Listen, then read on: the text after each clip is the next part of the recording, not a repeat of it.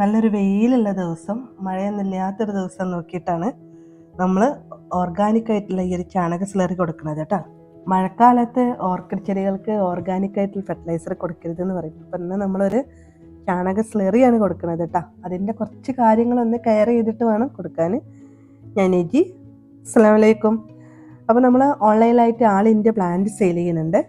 Videos കാണുന്നവരൊക്കെ ഒന്ന് subscribe ചെയ്ത് like ചെയ്തൊന്ന് സപ്പോർട്ട് ചെയ്യുക. അതുപോലെ നമ്മളായിരുന്നു പ്ലാന്റ് വാങ്ങിച്ചിട്ടുള്ളവരൊക്കെ തന്നെ ഫീഡ്ബാക്കായിട്ട് കമൻറ്റ് ചെയ്യുക.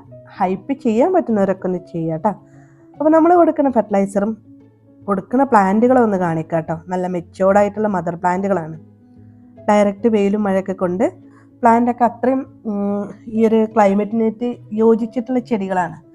സാധാ ബേബി കിക്കീസ് ഒന്നുമല്ല, അത്രയും മെച്ചോർഡായിട്ടുള്ള പ്ലാന്റുകൾക്കാണ് ഈ ഒരു ഓർഗാനിക് ആയിട്ടുള്ള ഫെർട്ടിലൈസർ കൊടുക്കുന്നത്.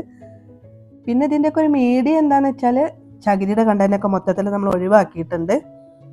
മീഡിയം വെച്ചിട്ടുള്ളത് ചാർക്കോളും പൊടിൻ്റെ കഷ്ണം വെച്ചിട്ടാണ്. വെള്ളമൊക്കെ ഒബ്സർവ് ചെയ്യാൻ നല്ല ഡയലൂട്ട് ചെയ്ത് പോകാനുള്ള ഒരു പോട്ടിങ് കൂടി വെച്ചിട്ടാണ്. വെള്ളം ഒന്ന് കെട്ടി നിൽക്കരുത്.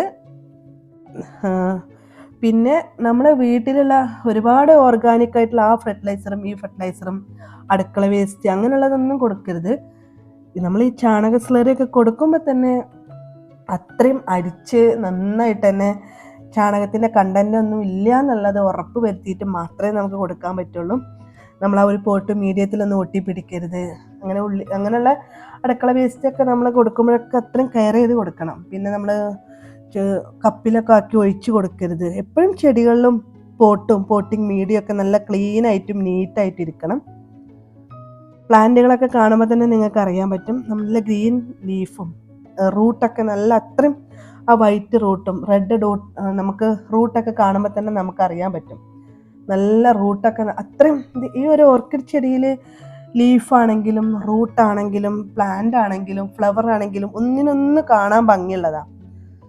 അപ്പോൾ വെള്ളമൊക്കെ നിന്ന് ചെടിയിലൊക്കെ ഓർഗാനിക്കായിട്ടൊക്കെയുള്ള ഫെർട്ടിലൈസറൊക്കെ കൊടുത്ത് ചെടി റൂട്ടൊക്കെ കാണുമ്പോൾ അത്രയും അഴുകിയിട്ടുള്ള ഓരോ ചെടികളും നമ്മൾ കാണുന്നതുണ്ട്. എപ്പോഴും ഇതേപോലെയുള്ള നല്ല ക്ലീനായിട്ടും അടിഭാഗമൊക്കെ നമ്മളെ പോട്ടിങ് മീഡിയത്തിലൊക്കെ അത്രയും നല്ല വൃത്തിക്ക് വേണം കേട്ടോ. അപ്പോൾ നമുക്കൊരു പരിധി വരെ ഫംഗസും ഒക്കെ ഇടബാധ നമ്മുടെ ഓർക്കിഡ് ചെടി അങ്ങനെ ഒന്നും പോവില്ല.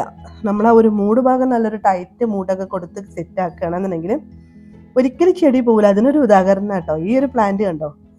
ഈ ഒരു നമ്മളെ വലിയൊരു മദർ പ്ലാന്റ് നമ്മളെ കളക്ഷനിൽ നിന്ന് പോയിന്ന് ഞാൻ വിചാരിച്ചില്ല. പക്ഷേ അതെന്നോ നമ്മളൊരു മൗണ്ട് ചെയ്ത് വെച്ചിട്ട് ഇപ്പം അതിൽ പൂക്കളൊക്കെ വിരിഞ്ഞ് നിൽക്കണം. നമുക്കത് കണ്ടേക്കാൻ ഒരു സന്തോഷം. നമ്മളെ കളക്ഷനിലുള്ളൊരു പ്ലാന്റ് ആയിരുന്നത്. അപ്പോൾ ഈ ഒരു പ്ലാന്റുകളൊക്കെ അത്രയും നല്ല വലിയ മദർ പ്ലാന്റിനാണ് നമ്മൾ ഈ ഒരു ഓർഗാനിക് ആയിട്ടുള്ള ഫെർട്ടിലൈസർ കൊടുക്കുന്നത്. ചകിരിയുടെ കണ്ടന്റ് മൊത്തം ഒഴിവാക്കിയിട്ടുണ്ട്. അപ്പം നിങ്ങളെ ചെടിയിൽ എന്താണ് പോട്ടിങ് മീഡിയ എന്നുള്ളത് നിങ്ങൾക്കറിയാൻ പറ്റും. അതിനനുസരിച്ചിട്ട് നമ്മൾ ഫെർട്ടിലൈസർ കൊടുക്കുക. ഓർഗാനിക് ആയിട്ടുള്ള ആ ഫെർട്ടിലൈസർ ഈ ഫെർട്ടിലൈസർ കൊടുക്കരുത്. ഞാനിപ്പോൾ ഈ ഒരു ചാണക സ്ലറി തന്നെ മാസത്തിൽ ഒരു വട്ടമാണ് കൊടുക്കാറുള്ളത്. അത് അത്രയും അരിപ്പ വെച്ച് അരിച്ച് അതിൻ്റെ വേസ്റ്റേജൊക്കെ ഒഴിവാക്കി നമ്മൾ വെള്ളമൊക്കെ അത്ര ഡൈലൂട്ട് ചെയ്തിട്ട് നല്ല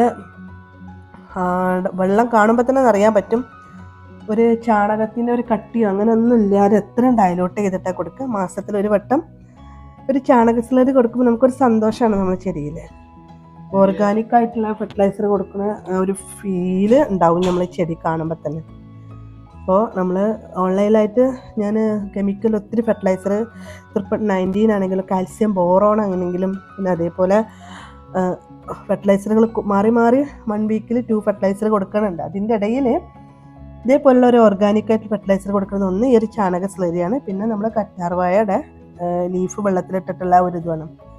അപ്പം അതൊക്കെ അവർ കൊടുക്കേണ്ട രീതിക്കാണ് നമ്മൾ കൊടുക്കുന്നത് കേട്ടോ. അല്ലാതെ ഒരു കൊടുത്തിട്ട് കണ്ടിട്ട് നമ്മൾ കൊടുക്കരുത്. നമ്മളെ ചെടിയിൽ നമുക്ക് കൊടുത്ത് റിസൾട്ട് കിട്ടി നമ്മൾ അങ്ങനെ നോക്കിയിട്ട് വേണം. ഒരു 6 മാസം നമ്മൾ എന്തൊക്കെ കൊടുത്തുള്ളൊരു എക്സ്പീരിയൻസ് കിട്ടും നമ്മളെ ചെടി കാണുമ്പോൾ തന്നെ. ഈ റൂട്ടൊക്കെ കാണുമ്പോൾ തന്നെ നിങ്ങൾക്ക് അറിയാൻ പറ്റുന്നില്ലേ, അത്രയും നല്ല റൂട്ടാണ്. അപ്പോൾ ഈ ഒരു ചാണക സ്ലറി ഇതുപോലെ ഹെയർ ടൈറ്റുള്ള ഒരു ഡബ്ബയിൽ ഞാൻ അടച്ചു വെക്കും കേട്ടോ.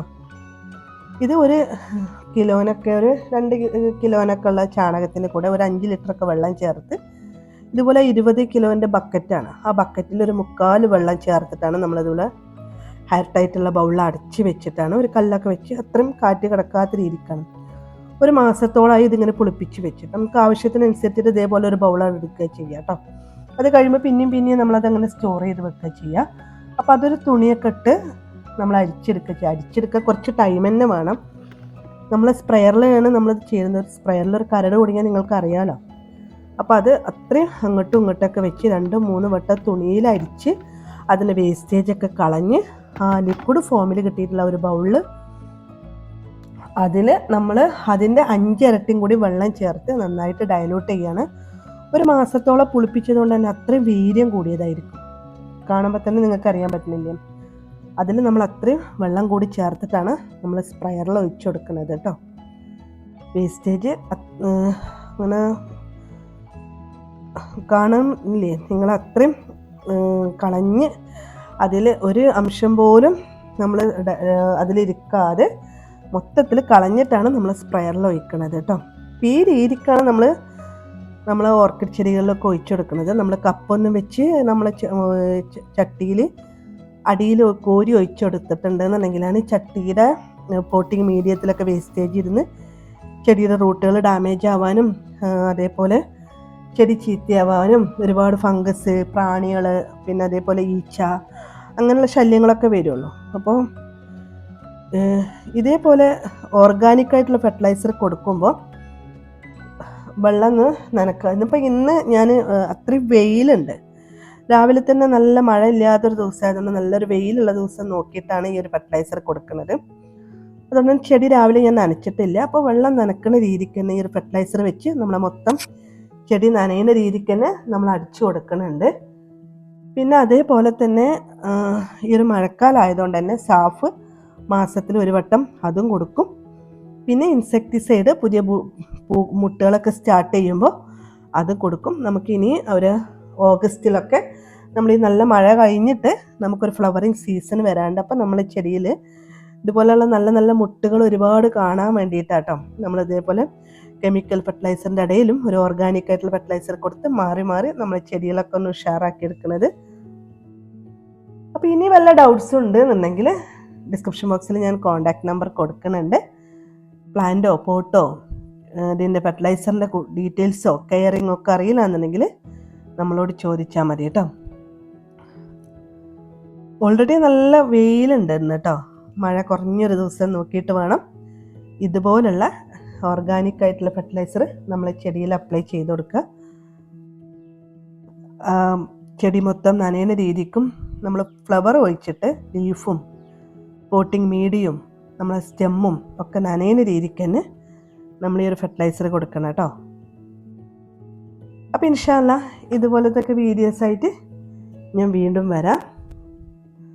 ബായ്.